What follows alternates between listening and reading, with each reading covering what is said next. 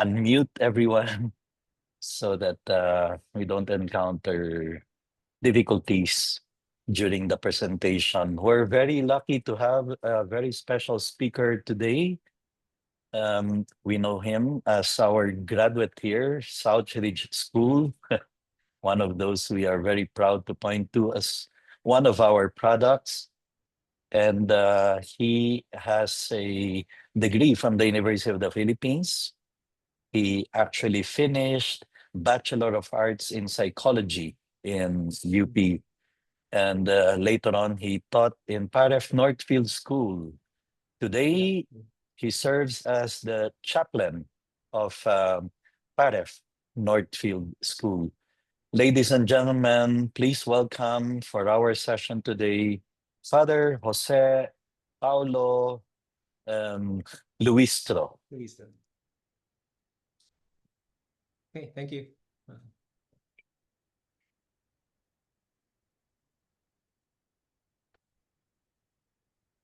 Okay, let's start. So anyway, so I'm Father Cholo. Father Cholo, I think your actually, sound, yeah, how's the sound yes. for the others? Can you hear me? A little. Yeah.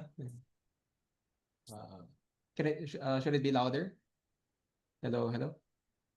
You will have to either speak louder or maybe you will need to use a different microphone. Hello. Okay. How about this one? That's better. We can hear you. Okay. So my voice, my mouth has to be closer to the mic. Anyway, so anyway, I'm Father Cholo. Was ordained the priest back in 2022. I've been a priest for about 3 years already.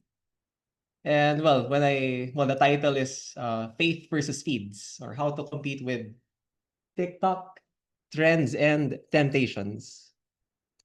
And when I was going over the list of the topics that some priests were asked to choose from, and then I saw this topic, I said, oh no, this will naturally have to go to the youngest priest. And so of course, so I took this topic. And well, right now I'm the chaplain of Paref Northfield. Some of my former primary students are now the high school students, the senior students in that school. And also I'm the chaplain of Plantaka Youth Club, which is a youth club for high school students. Well, you might notice that right now I'm a bit sunburnt. And well, the context is that a week ago I just arrived from Rome for the Jubilee Year of the Youth, the Jubilee Week of the Youth. And well, with that, I was accompanied by some boys from our club. And in that trip to Rome, we were visiting some major basilicas. And well, there was one thing that made my heart break a little, which was entering the basilicas, which were magnificent, very beautiful. Because we entered St. Peter's, St. Paul outside the walls, Maria Maggiore, St. John Lateran. And then I would point out to the boys the artworks, the altar, all of the saints, the tombs that we would see there. And then I noticed that two of them who were around 15 years old, after I explained about the basilica, they would immediately look for the pew at the back of the church. They would sit down and then they would check their Instagram, they would play video games and completely ignore the magnificence of the churches. And perhaps, I wanted to start with that anecdote because it perhaps summarizes where we are all now. That you as catechists, as religion teachers, are teaching very sublime truths, very beautiful truths. In fact, you're teaching the most important story, which is the story of this faithful God who never abandons a broken and unfaithful people. And so you tell all of that, and you might feel as if the kids these days are just not interested. And you might feel like they're more interested with what the influencers have to say than what with God has spoken through the word made flesh. You might feel like the articles of the faith are just not as exciting and attention grabbing as the reels and videos and the series that they're watching. And you might feel as if you're trying to sell these kids a product that they simply do not want. And if you tell them about Jesus, about the Ten Commandments, the story of creation, about the sacraments, well, one is afraid that the response will be like, okay, boomer, as if these things were just relics of the past that the youth is simply not interested in. Well, I'd like to share another, sad anecdote. I was once speaking with students who were preparing for confirmation. Actually, it was not even a part of school. And then one boy told me, well, Father, I just don't love Christ. And I was like, well, how can you not love Christ? I mean, he's the one who saved you. He died on the cross for you. He is the way, the truth, and the life. But then he repeated, well, I'm sorry, but I don't love Christ. And I was thinking, okay, what was it that led this boy to this conclusion?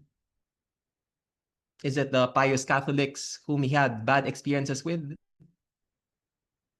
Is it the scandals that he might have heard of? Has he read the wrong books? Or he been talking with the wrong people?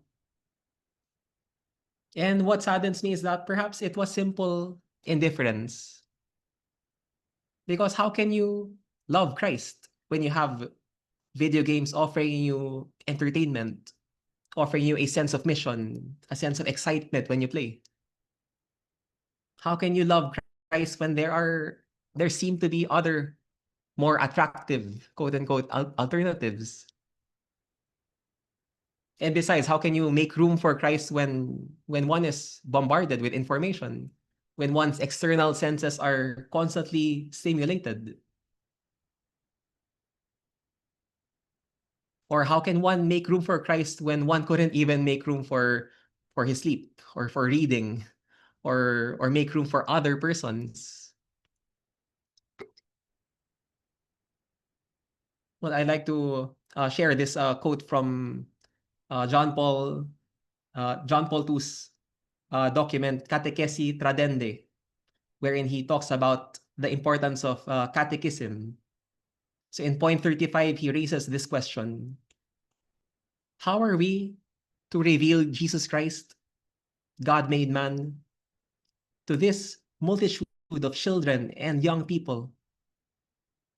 Reveal him not just in the fascination of a first fleeting encounter, but through an acquaintance, growing deeper and clearer daily with him, his message, the plan of God that he has revealed, the call that he addresses to each person, and the kingdom that he wishes to establish in this world with the little flock of those who believe in him, a kingdom that will be complete only in eternity. How are we to enable them to know the meaning, the extent, the fundamental requirements, the law of love, the promises and hopes of this kingdom?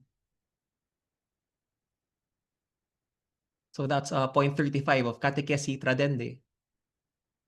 And you have this, the John Paul II shares this concern. How are we to make Christ really a friend to those who learn about the faith? How are we to bring them to the kingdom? How are we to show them to make them hope for this kingdom? Well, which is really the end of our religion classes, of our catechesis. So let's go back to the title. Faith versus Speeds, how to compete with TikTok, trends and temptations.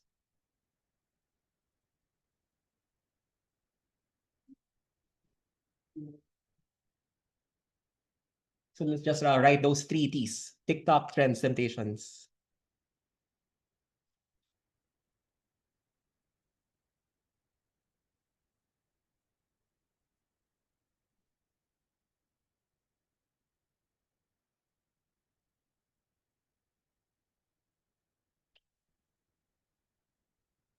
Okay. So in this session, we concern ourselves with these three T's. So can you see it?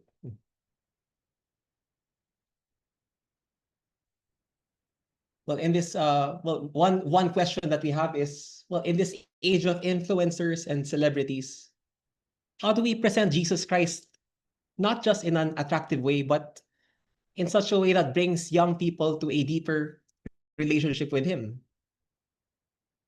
So let's go to the first T, which is TikTok, or well, social media. Well, regarding this question, well, social media has, well, we can say that social media has changed drastically since Friendster first appeared. Well, I don't know how many of you had Friendster accounts before, but we can see how social media has had changed over the years. Well, before, social media meant having a blog or MySpace, Multiply. It was about reading long posts, making long rants, long reflections, and commenting on them. It was about going through entire albums of your friends' parties, their trips, events. Then later on, we saw how Facebook and Twitter entered into the picture, which reduced the words, making things less personal, less reflective. And then with the reactions, well, one no longer needed to comment so much with words, but you could just react with one click, whether it's with a heart, with a smile, with a sad face, with a laughing face, with a like. And then fast forward to what we have right now, in which social media is entirely different, in which there are more images, more short videos, more quick entertainment. Well, no, actually, you no longer have long text. And in fact, these days, if you have to write with more than 2 or 3 sentences, you would have to say, okay, warning, long post, or TLDR, which means too long, didn't read. Because, well, these days, well, the young people don't really read. And if you can't share what you have in a 10-second video or in a single image, then chances are many will skip over it. And sad to say, it seems to have social media has become less and less social. Well, when back then you shared your life, your thoughts, your pictures. If you notice, the things that the kids post these days are becoming less and less personal. They share little thoughts, they share little of their life, but then they share memes, they share things that might seem entertaining. In fact, many even opt not to include their faces in their profile pictures. And if you go over their profiles, they hardly share anything substantial. You would hardly get to know who that person really is. But which I guess is different now from the millennials back then who tended to overshare.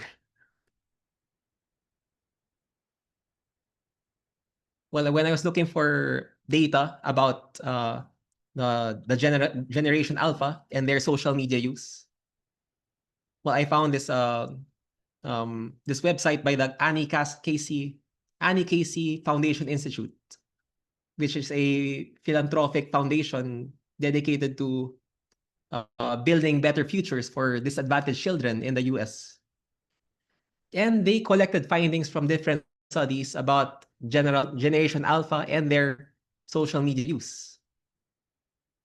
And they found out, well, as we all know, that Generation Alpha favors apps that feature short, attention-grabbing content. Well, right now, YouTube is the most popular video app for Generation Alpha. And they consume about an average of 84 minutes a day on that platform. And another platform that's popular is TikTok, wherein the Gen Alpha enjoy its engaging short-form videos. And well, as of 2019, well, between 2019 to 2021, more than two-thirds of social media users aged 11 to 12 had TikTok accounts, based on a 2025 study in academic pediatrics. Well, actually, TikTok and YouTube have an age minimum of 13. But then, of course, it's very easy to circumvent the age restrictions. And well, knowing that well, this regular consumption of video content by the Gen Alpha, it fosters in them a sense of trust and admiration for content creators and social media influencers. And in fact, there's a study that says that when it comes to product recommendations, almost half of Gen Alphas say that they trust their favorite influencers as much as their own family members. And well, Gen Alpha is also increasingly turning to social media instead of search engines to meet their information needs. Just imagine that.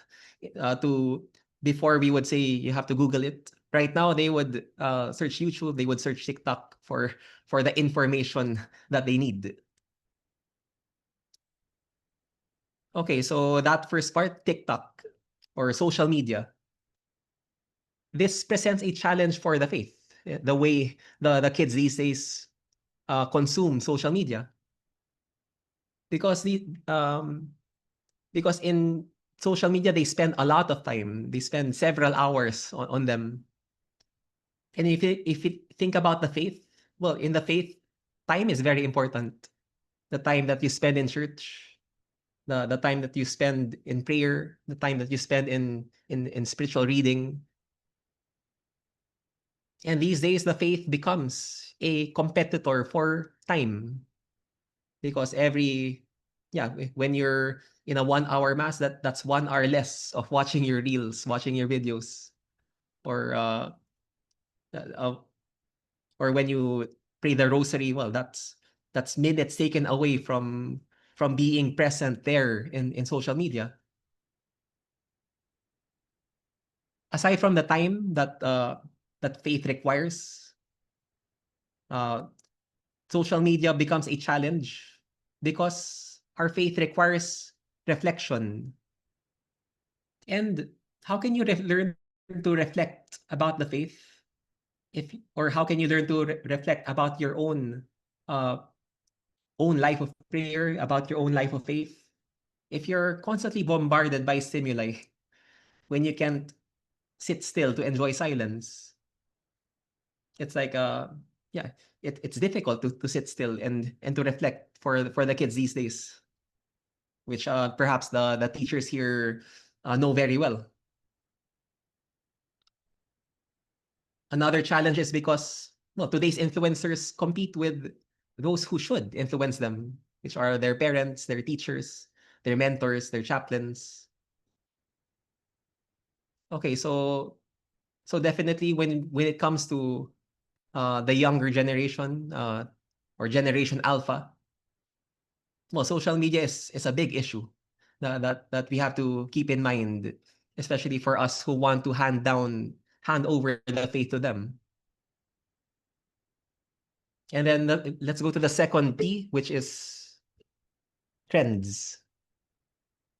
Well, right now, yeah, social media is very fast paced, and it's not easy to keep up with all of the trends, with all of the viral trends that users on TikTok imitate, the memes that are popular at the moment. Right now, the trends are a lot of it is brain rot. I don't know if you've heard of brain rot, but but basically, yeah, things that don't make sense. For example, something popular right now is Italian brain rot. I don't know if you've heard of it. Well, you can do a quick search online, Italian brain rot, and you would see very absurd images. For example, there's this one character named Ballerina Cappuccina, a ballerina with a with a yeah coffee cup as a head, and well things like that. They would combine through AI many absurd images that really don't make sense. You don't sometimes you don't even know, okay, why is this even funny? But well, that's what brain rot is. Things that are entertaining, uh, but yeah, that don't require much thinking. And well, the trends also are fast paced. To keep up with them, you need to be constantly connected. Well, right now, the youth club that I'm in, well, we run an Instagram page, wherein we try to post regularly based on the viral videos that are trending. And it's amazing how there are new trends every week. And to make our page attractive, there are some of us who pay attention to these current trends so that our content will always feel up to date. And so, well, for us educators in the faith, this very fast pace of the trends could lead to a lack of reflection, especially if the mind is so busy consuming content. And it's not, yeah, it's not easy to educate and into having a life of prayer when yeah, it's so hard for a young person to find silence and stillness and enjoy it without feeling tense. Well, also, well, now let's go to the third T, which is temptations. Or well, in this age where one concern for us who teach about the faith is where in this age where technology has opened up temptations of lust and greed and selfishness, how can we arm the young people more adequately in their spiritual battles? Well, before the worry was about the sexual content in magazines, the movies, the TV shows, which in a way were more simple to control because well, kids wouldn't usually buy the lewd magazines or buy any X-rated movies, or it would be quite quite difficult to do so. And also, well, the TV set was usually in a very visible part of the house in many households. But right now, the an adolescent could easily retreat into his bedroom and explore many morally dangerous worlds online. And there he gets to be anonymous. Nobody sees him. Nobody knows who he is. And well, as social psychological studies would say, this anonymity or this sense of anonymity would mean that, okay, everything is permitted because nobody knows who I am. Uh, well, that means that whatever I do, well, it will not have any consequence on me in my real life. And so one could be online and view and interact with content with hardly any social consequences. And so one could think that, okay, one could watch anything. One could have a chat with any stranger. One could say unhinged things in online communities. And yes, it was bad 10 years ago. And it's much worse now because of the growing pace of technology. Well, as of 2024, there are over 4 million websites offering pornography on the internet. Well, that's 12% of websites, which is, yeah, quite alarming. And what's more, well, such content is available even on social media platforms. And right now with AI technology, it's turning into a different monster, and one could create all sorts of all sorts of images using AI. Well, just a personal anecdote. Well, sometimes I would ride the Jeep or the MRT, and once in a while I would find one person looking at his feed in his phone, going past one suggestive content after another, and wow, it's amazing. And you could imagine just the kind of things that he would be looking at if he were in a more private place. And well, seeing how things are right now, well, there is a need to prepare young people for battle so that they may learn to fight and overcome well, so many temptations that come from the internet. And it's not just temptations against the sixth and ninth commandment, but there's a temptation to laziness. And well, we see how many students struggle just doing their homework because they're hooked to social media. There's a temptation to selfishness because they become more and more enclosed in their worlds. There's a temptation to greed, to envy, to anger, even. Maybe you've heard of rage baiting. And you can see that in which someone posts something just so that he could make people angry. And in this way, it creates views, it creates nasty comments, it generates traffic, and it's lucrative in a sense. And well, yeah, one could say that, well, everything that the devil needs to tempt you is there in the internet. And the kids are there constantly they're constantly in there And it's really a battlefield in which many people enter unarmed and ignorant. And if the young people are not equipped with the right mindset, with the right attitudes, or the willpower to reject temptation, then we could just imagine how many souls are being lost as they navigate the digital world. So yes, TikTok trends, temptations. These things might alarm us as educators in the faith. And all this panorama might bring us to pessimism. It might make us think, everything's hopeless. I can't do anything anymore. But then, well, we're now in the year of hope, and we're reminded, well, don't panic, because every generation has its challenge, and well, this is our challenge.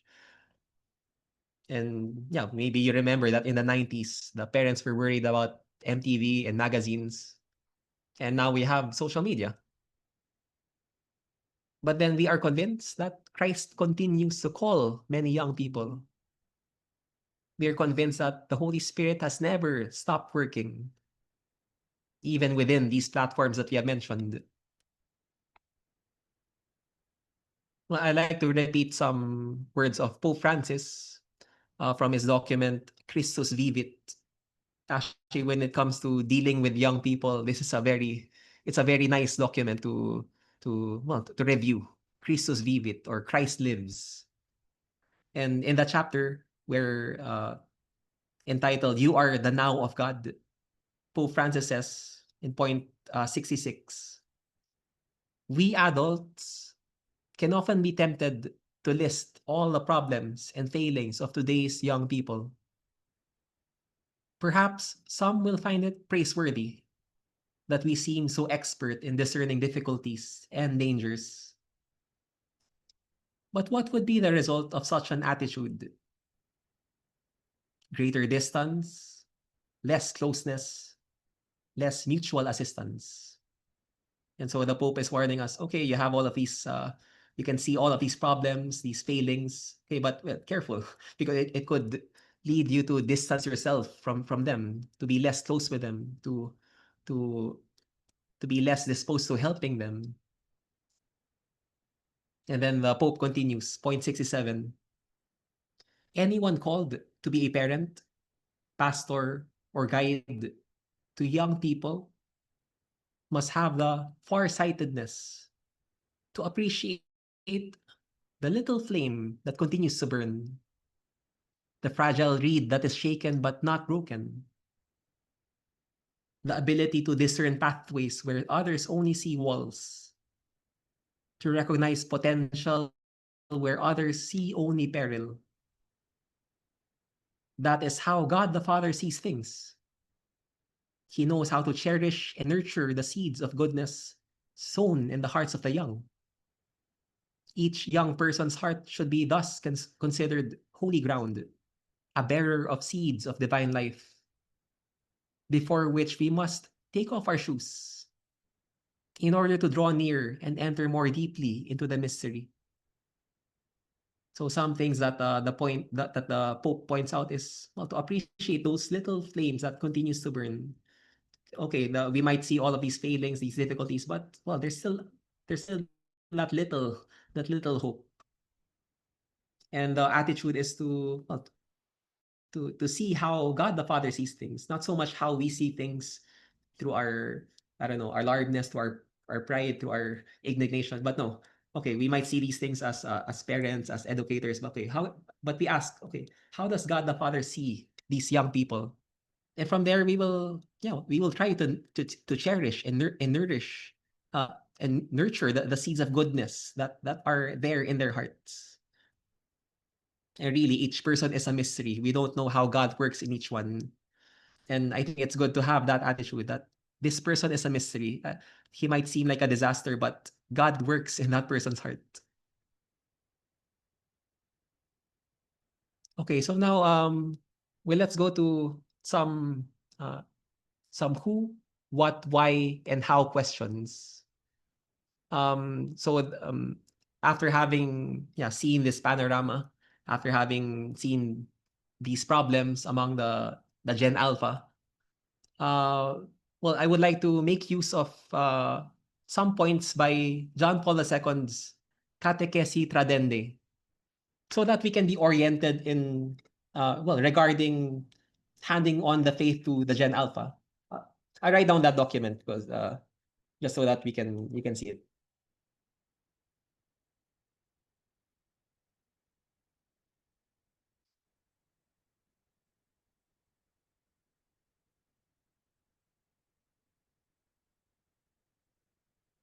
So it's called Catechesi. How do you-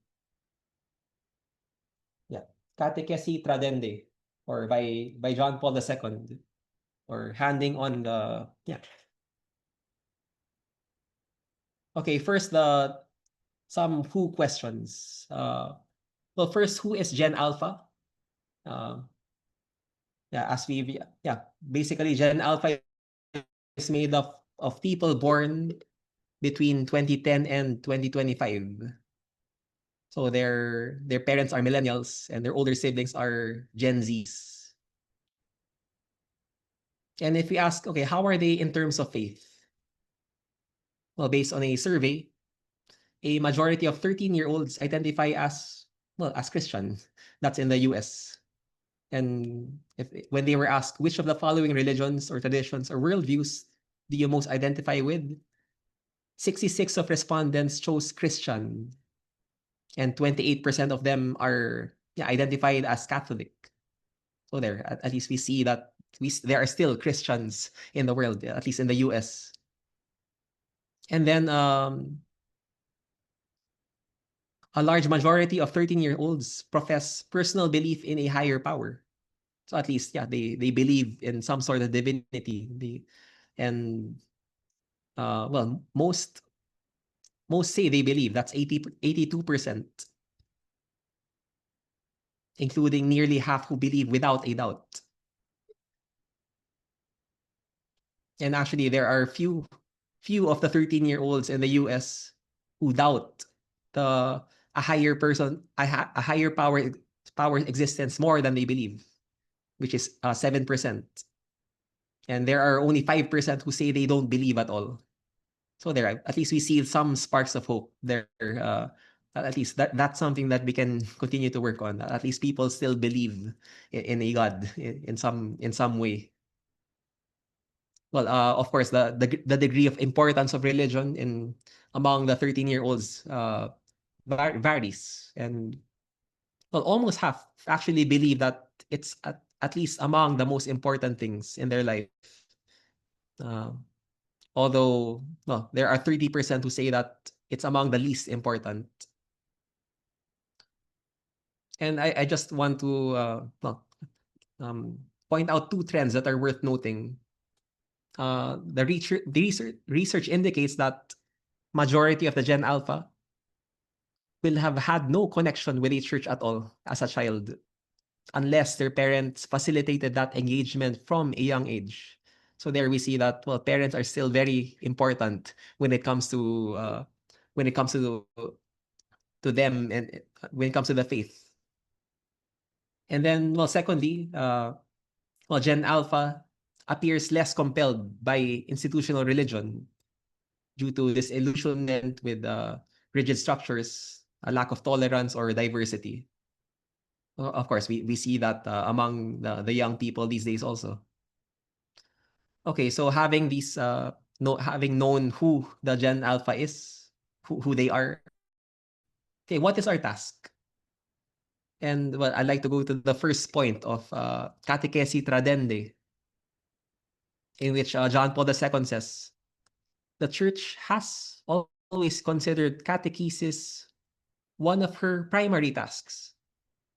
For before Christ ascended to his Father after his resurrection, he gave the apostles a final command to make disciples of all nations and to teach them to observe all that he had commanded.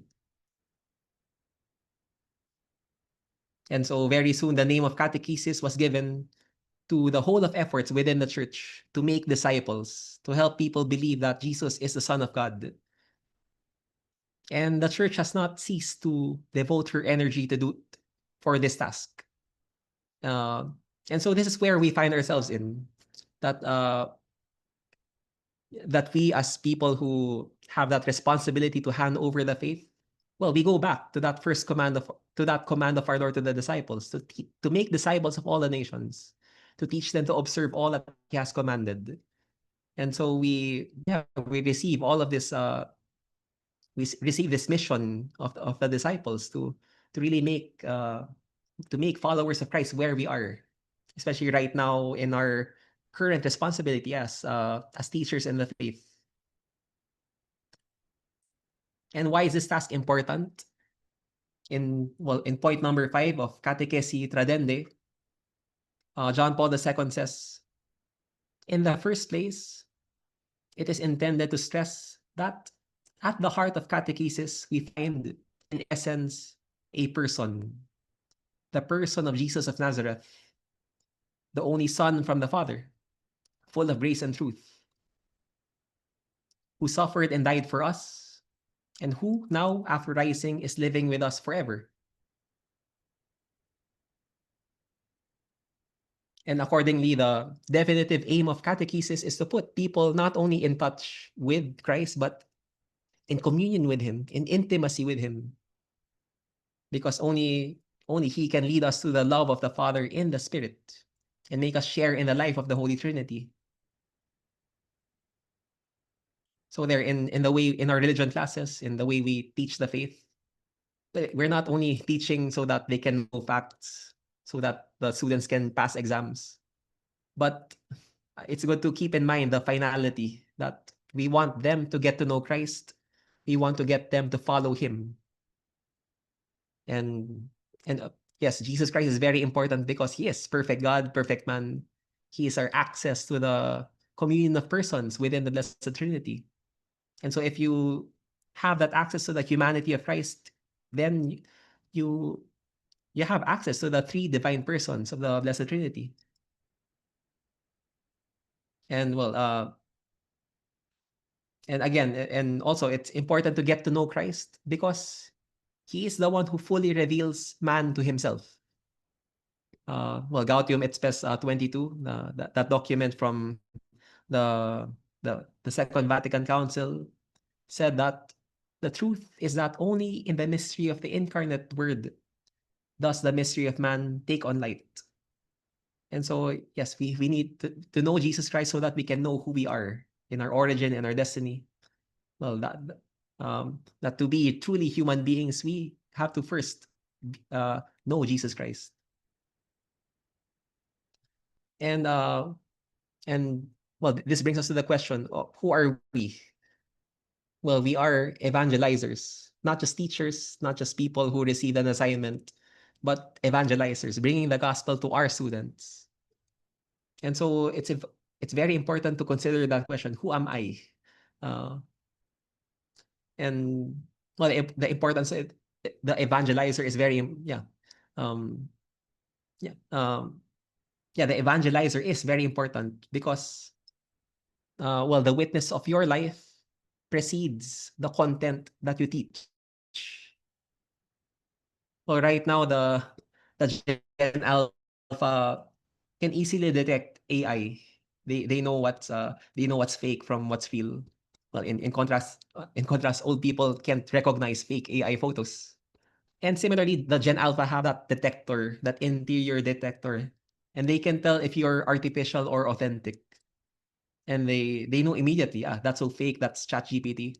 And in the same way, they know, okay, this teacher is just teaching material, but he doesn't really live the faith. And I think it's, well, first of all, you as an evangelizer, first of all us as followers of Christ, that's how we transmit Jesus Christ to them.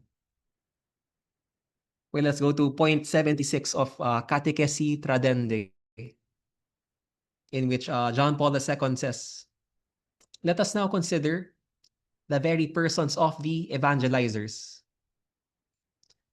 It is often said nowadays that the present century thirsts for authenticity. Especially in regard to young people, it is said that they have a horror of artificial or false, and that they are searching above all for truth and honesty. These signs of times should find us vigilant. either tacitly or aloud, but always forcefully, we are being asked, do you really believe what you are proclaiming? Do you live what you believe? Do you really preach what you live? The witness of life has become more than ever an essential condition for real effectiveness in preaching. Precisely because of this, we are, to a certain extent, responsible for the progress of the gospel that we proclaim.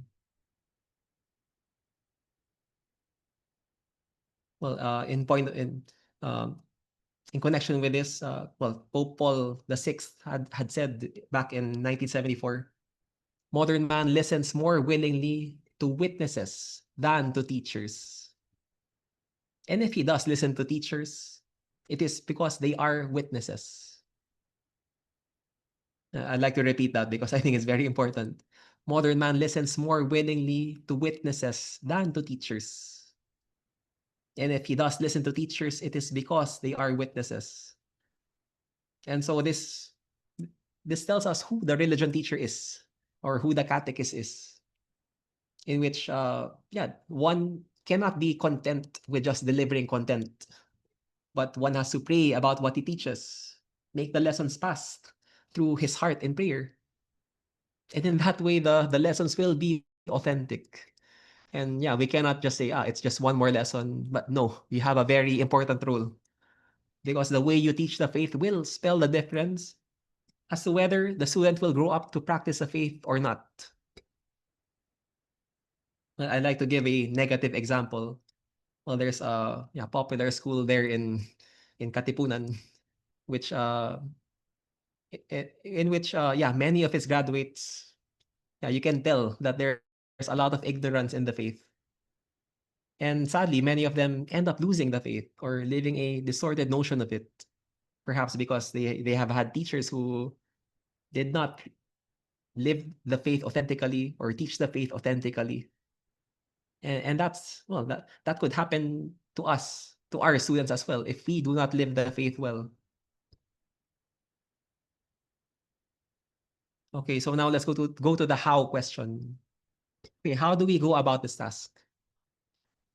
Well, in point 44 of Catechesi Tradendae, John Paul II says there that the methods must be adapted to the age, culture, and aptitude of the persons concerned. Well, in the same way, well, actually, that's the same way with the gospel. Uh, the gospel, since it was proclaimed by the disciples, there have been different ways of transmitting it, because times change, because societies change, because people change. Actually, if you look at the homilies of the early centuries from St. Augustine or St. John Chrysostom, to us, they might seem like long theological treatises.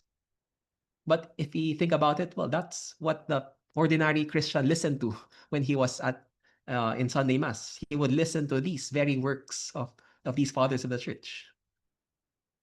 And well, right now we are called to transmit the truths of the gospel, keeping in mind our circumstances.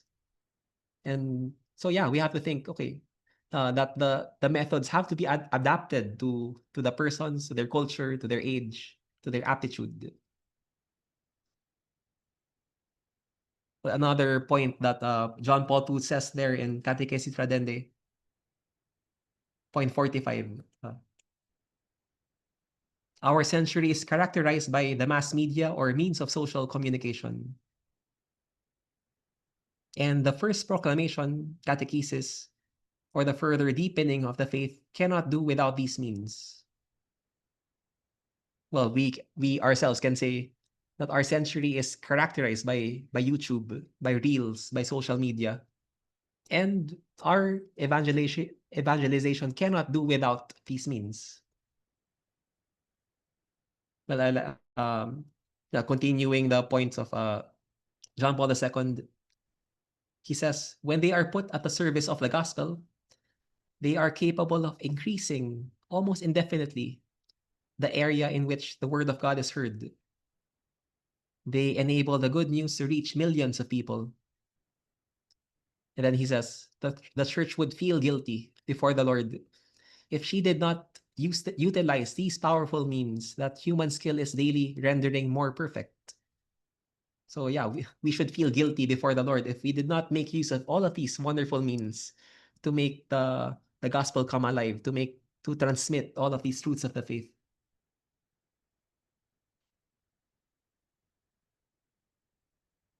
And if we ask ourselves, how did the gospel reach millions of people?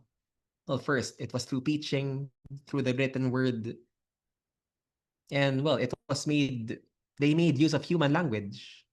It was spread through the Koine Greek of the first Christians. It was spread through Hebrew in the Gospel of Matthew. Well, of course, all language is imperfect, but well, that's the medium through which God makes his message known. Later on, the Bible was compiled. You had the books of the New Testament. Later on, there were several translations. Of course, they were not bound books before, but they were scrolls. And then later on, you had the printed book, which spread the message of the gospel more. And later on, people would hear sermons, the gospel on radio, on television, and right now on the internet. Well, all of these are means by which the word of God is heard and read. And indeed, if we want to be, well, we should be fluent in these means if we want to continue making God's word enter people's hearts.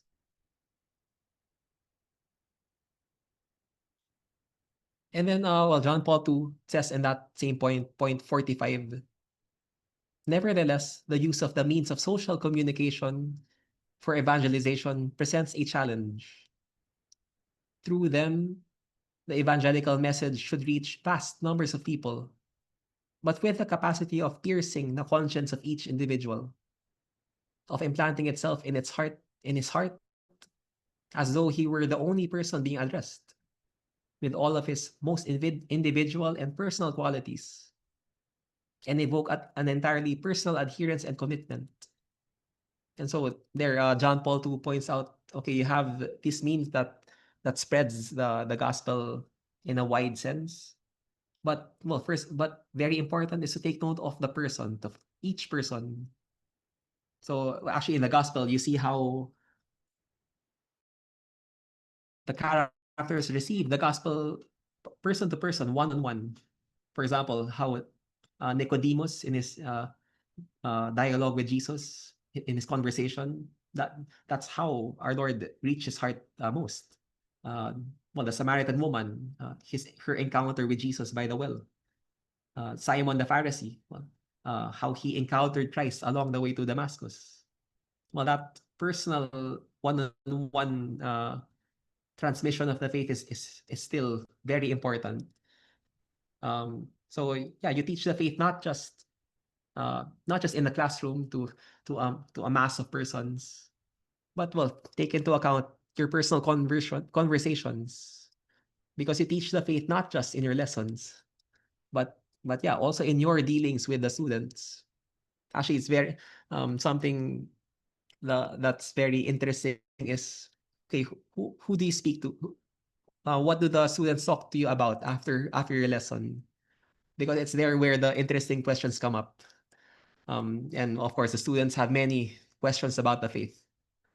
Some might sound silly, some might sound more serious, but all of these questions have to be taken seriously. And it's very natural that someone will approach the religion teacher or the chaplain and ask him or her something about the faith. And that's the perfect teachable moment where you could say something helpful to the student.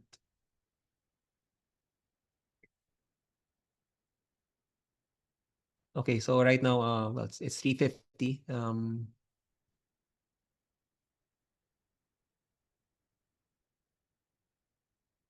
Okay, let's go back to the three T's.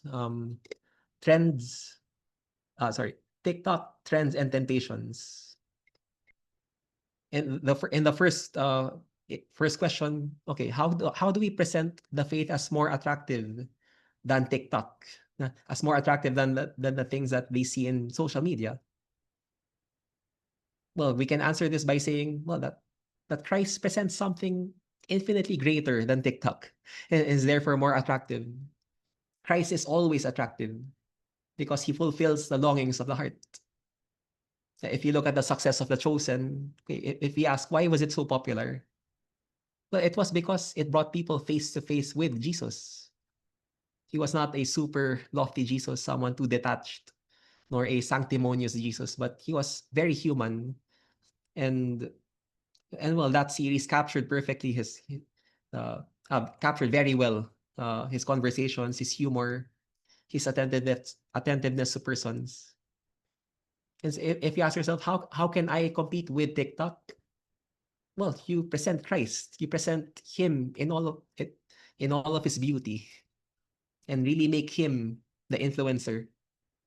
Or right now, the more popular influencers are shown as, they try to show themselves as more human. They try to show themselves as relatable. Well, if you want to, and what we want to do is, well, to present Christ, to show him his human face. And from his humanity, you have, well, access to his divinity. Um, I- in this regard, something very important in teaching the faith is, well, look at those scenes in which Jesus speaks to persons, and um, well, narrate them, really placing oh, what would they smell, what would they hear, uh, what would be the tone of Jesus, what the tone of his voice, how he looks at you. It's good to present that to, so that the students can really capture it, so that they can really be part of the scene. And well, if you present it really well, well, that's something very attractive, because yeah, you're simply presenting to them the Son of God, who wants to draw all things to himself. And actually, yeah, the stories of the Bible are very rich. um Actually, Catholics have done a great disservice in thinking that reading the Bible is something that Protestants do. No, it's good to go back to the Bible to really see how beautiful and how even entertaining the stories are. um, and there, to see how we can, yeah, visually represent the gospel and lead people to a personal encounter with Jesus. Well, another, yeah, speaking of that encounter with Jesus, well, last year I was helping the grade 3 students in their first communion. And well, something that's very edifying is to see is that the kids have a great capacity in knowing that Jesus is present in the Eucharist. And well, there was one time in which I entered the grade 3 classroom, and I showed a video in which presented the mass, in which that showed the how the angels are present, how the priest becomes Jesus. And all of the grade 3 students were like, they were all very interested. And because and they would ask, oh, does that really happen in mass? And I would tell them, yeah, yeah, all of the angels are there. When you say the holy, holy, holy, all of the angels are gathered there, praising Jesus along with you. And when the priest says, this is my body, that's, imagine, that's not the voice of Father Cholo, but that's really Jesus speaking. And well, that's something very attractive for the younger people, because it's effective in capturing the imagination. So yeah, we have to um, really make the faith interesting, make it move their imagination.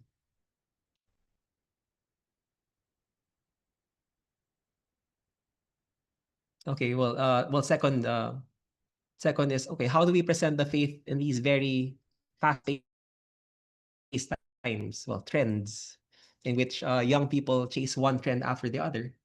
And we can affirm that, well, the gospel surpasses all trends. That trends will fade, and once their novelty is gone, they're forgotten. But the message of the gospel is timeless. It's always new. And right now, well, maybe the young people are bombarded with so many trends. But the gospel provides an anchor. It provides a definite criterion that helps the young people navigate their lives better. Well, for example, in the gospel, you learn to love one another. Well, that's something that's timeless, and there's always new ways to live this out. Well, right now, okay, you live in this age of social media. Well, how do you love one another in social media? How do you not be a bully? How do you be, how do you not cyberbully someone? How do you show empathy online? Well, these are, and the gospel always presents something real that people can follow. And yeah, there timeless truths despite many new circumstances. Well, another thing that we see in the Gospels is how Jesus chooses persons, how Jesus chooses Matthew, Peter, Mary Magdalene. Well, these stories are timeless, much more timeless than the trends that we see in TikTok. Because we see that, well, Jesus has chosen them in the Gospel, and at the same time, Jesus chooses me where I am. I might not be a tax collector like Matthew, but he also chooses me as a student, or Jesus also asks me to follow him. Or I might not exactly be the same as Mary Magdalene, but I also have my past sins that Jesus forgives and liberates me from. And there are many other examples that show that the gospel is timeless, that it's always fresh, it's always new, because yeah, the gospels always affect us here and now. So now in the third part, the third question, the temptations. Well, how do we talk about the faith to young people facing temptations? Well, actually, well, that this is a yeah, it's very interesting for us who educate in the faith, because there we can present the need for battle, because faith presents the armor and the weapons and the strategies for battle. And right now, yes, there are many temptations, and we realize that among our students, there are many who are wounded. There are many who are desperate for direction. And it's here where we can offer something substantial to the young people, clear ideas about who they are before God, that even in their sins, well, God loves them. Jesus reaches out to them.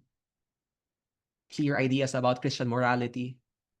Well, these are very attractive for young people, because they're looking for criteria. They're looking for things to arm themselves with in this age where there are many temptations. Pope Francis has spoken of the church as a field hospital, in which you can see many people who are wounded. And and we could say that the educators, the formators, the pastors are like the doctors, the nurses, the staff of this field hospital. And it's in this context, as educators in the faith, in which we could, well, speak of the battle for virtue, the battle for purity, the battle of being armed with truth, learn asking for the reinforcements from the saints, from Mary, the battle to form real relationships. Actually, there are many interesting things that we could teach the students who are facing so many temptations.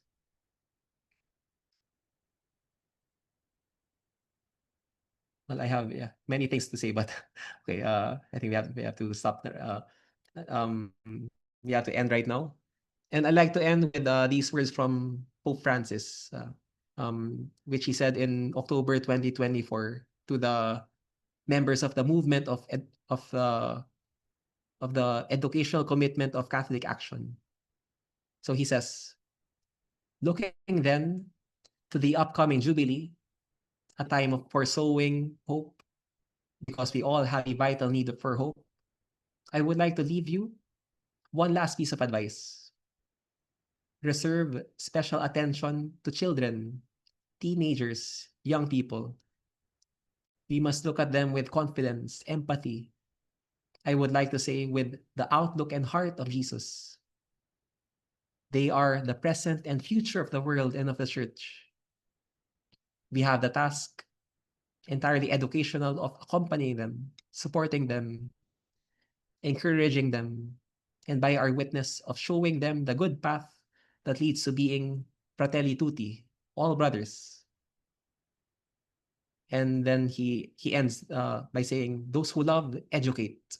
Do not forget this, because well, through educational processes, we express our love for others, for those who are close and who are entrusted to us. At the same time, it is essential that education be based in its methods or in its aims on love. Without love, one cannot educate. Always educate with love. Okay, thank you. Okay, thank you so much, Father Cholo. You're going to see Father Cholo again tomorrow um, Mhm. on a somehow similar topic. This time he will talk about our students who are addicted to gadgets and technology and social media. Mhm. So we're going to hear more from him. And I've already posted in the chat box the link to claim your certificate. You can also now scan the QR code for you to be able to fill up the form to claim your certificate. Let's give people a bit of time to be able to do that. 19 so far have filled up the form, 20. Good. So it looks like the form is working. And if you receive your certificate in your inbox, please let us know in the chat box so that we are sure the link and the system is working. Thank you, Mr. John Carlo.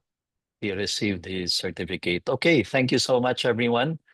Um, this ends our session today. I invite you to turn on your video for our graduation picture with Father Cholo for this specific Okay. session. And I've also unmuted everyone. You can actually unmute yourself if you want to send your message to Father Cholo. Meanwhile, let's have our picture taken.